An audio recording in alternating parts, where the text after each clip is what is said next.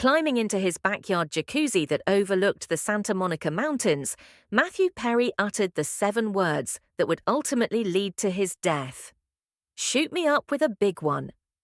The big one, court documents would later reveal, was a dose of ketamine, a prescription anesthetic and a hallucinogen that has become popular for its off-label uses to treat depression and anxiety. It was the actor's 3rd injection of the day. Hours after that fatal dose, the Friends actor was found face down in the jacuzzi. Medics pronounced him dead at the scene, with a coroner finding ketamine was his primary cause of death. The details about Perry's last day alive on 28 October 2023 were revealed in court documents, following a police probe that ultimately led to 5 people being charged in relation to his death. The documents offer an in-depth look by the law enforcement agencies into his drug addiction, which he struggled with for decades, and a glimpse into Hollywood's ketamine drug network. Doctors and experts told the BBC the growth in ketamine's popularity in recent years has caused the market to explode, with the expansion of ketamine clinics and online services offering easy prescription access to the drug, as well as a burgeoning illicit drug market. It's super easy to get, be it underground or prescription, Dr. David Majubi, who serves as president of the American Board of Ketamine Physicians, told the BBC. "I have celebrities that are getting a prescription from me. It's super easy, not hard at all." An underground network, federal authorities said their investigation into Perry's death uncovered a broad underground criminal network of drug suppliers who distributed large quantities of ketamine across Los Angeles. Federal court documents detail Perry's last months alive and the transition from his treatments at a ketamine clinic for depression and anxiety, where a physician administered the drug and monitored for side effects, to an addiction that led him to unscrupulous doctors and a network of street dealers. Perry had been open about his addiction problems, which stem back decades, even to his time playing Chandler Bing on Friends. If a drug entered his life, he seemed to become addicted. But in his memoir Friends, Lovers, and the Big Terrible Thing, he said he'd finally got sober, and one woman told investigators at the coroner's office that she believed he'd been sober for 19 months.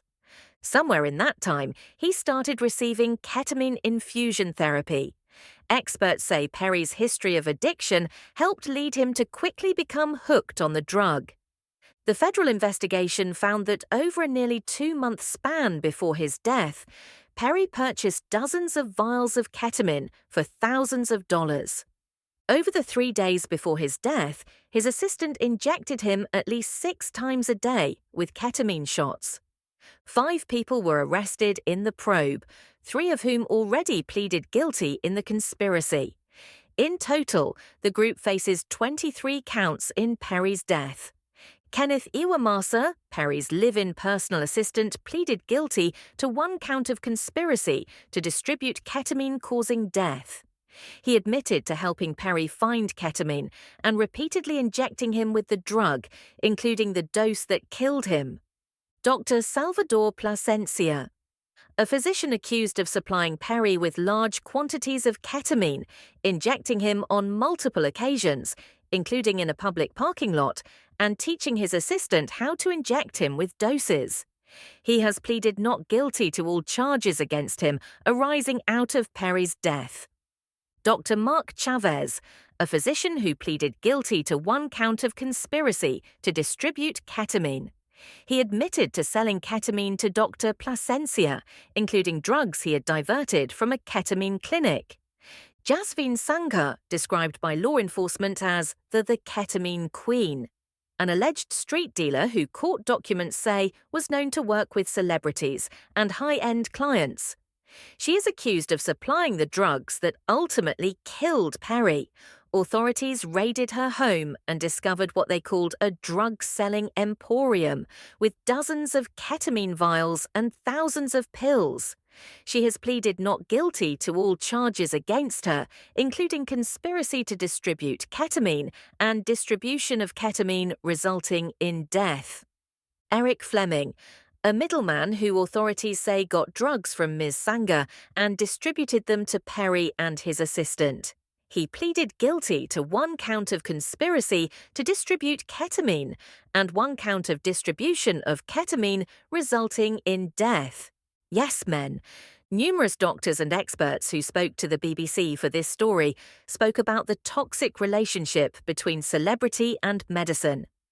The VIP treatment is usually not the best treatment, Dr. Gerard Sanacora, director of Yale University's Depression Research Programme, told the BBC. Doctors are humans too, and despite taking the Hippocratic Oath, not everyone abides by it, he added, acknowledging doctors can lose perspective when you have a VIP client, and there's promises of invites to big parties or donations to research programs or charities. Dr. Majubi, who operates 2 ketamine clinics in California, including one in Los Angeles, told the BBC that when celebrities are your patients, normal boundaries can be hard to maintain. He said he was treating one unnamed celebrity who he offered his cell phone number to in case of emergencies. The patient was constantly trying to asking me favors. Hey, refill my prescription, and it's like Sunday evening. I told him, look, please email me anything medically related, and blocked him, Dr. Mahjoubi said. He also said he's seen how ketamine has become a go-to party drug for celebrities, who think it is safer than something like cocaine, which can be laced with deadly drugs like fentanyl.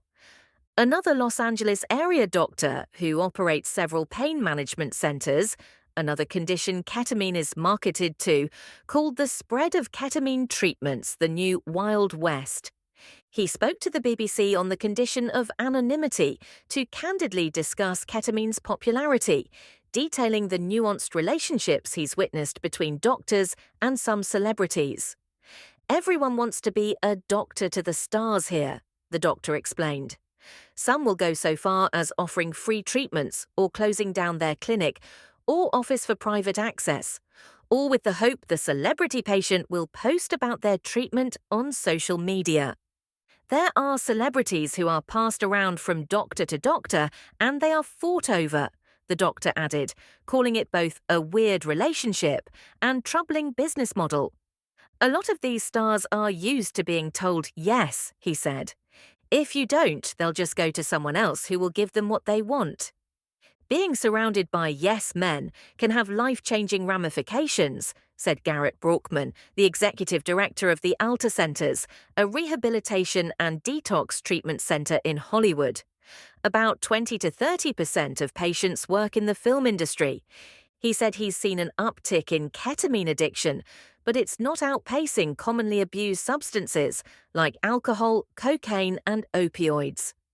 People often get into the arts because of things they've experienced. A lot of time that's trauma, Mr. Brockman said.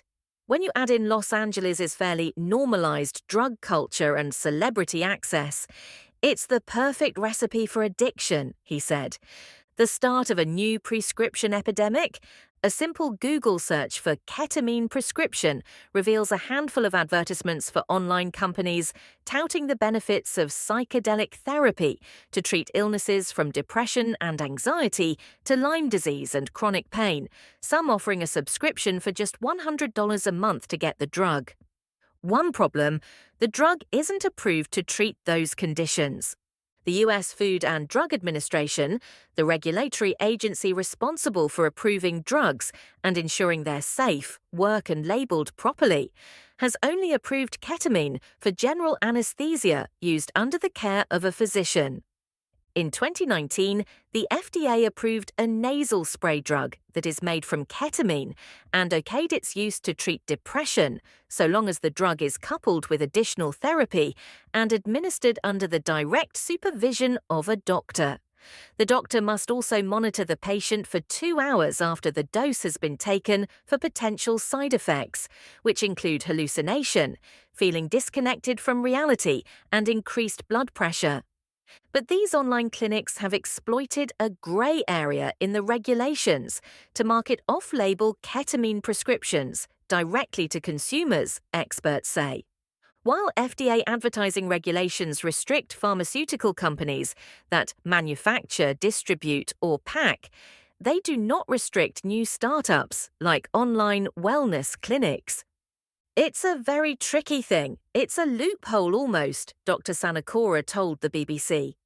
2 weeks before Perry's death, the FDA warned consumers about ketamine's off-label use, noting the lack of monitoring for adverse events such as sedation and dissociation by an on-site healthcare provider may put patients at risk.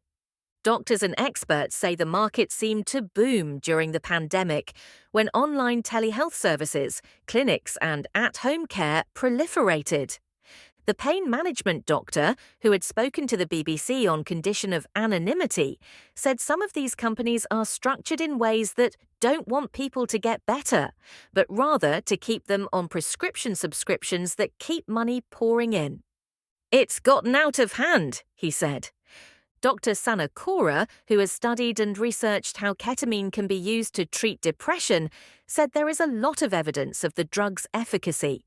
Drug trials are currently underway testing the merits of ketamine treatment for treatment-resistant depression, but much is still not known about why it works, and it does come with risks such as seizures and death.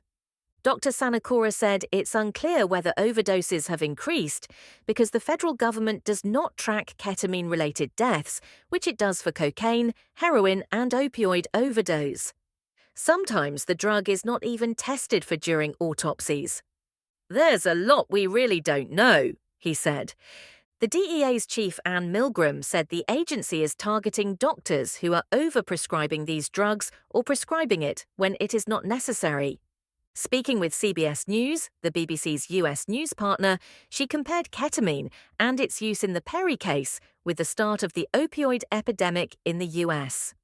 This, unfortunately, is a tragic arc that we have seen thinking back to the beginning of the opioid epidemic, where many Americans became addicted to controlled substances in doctors' offices and through medical practitioners that then turned into street addiction as well. Subscribe for more updates.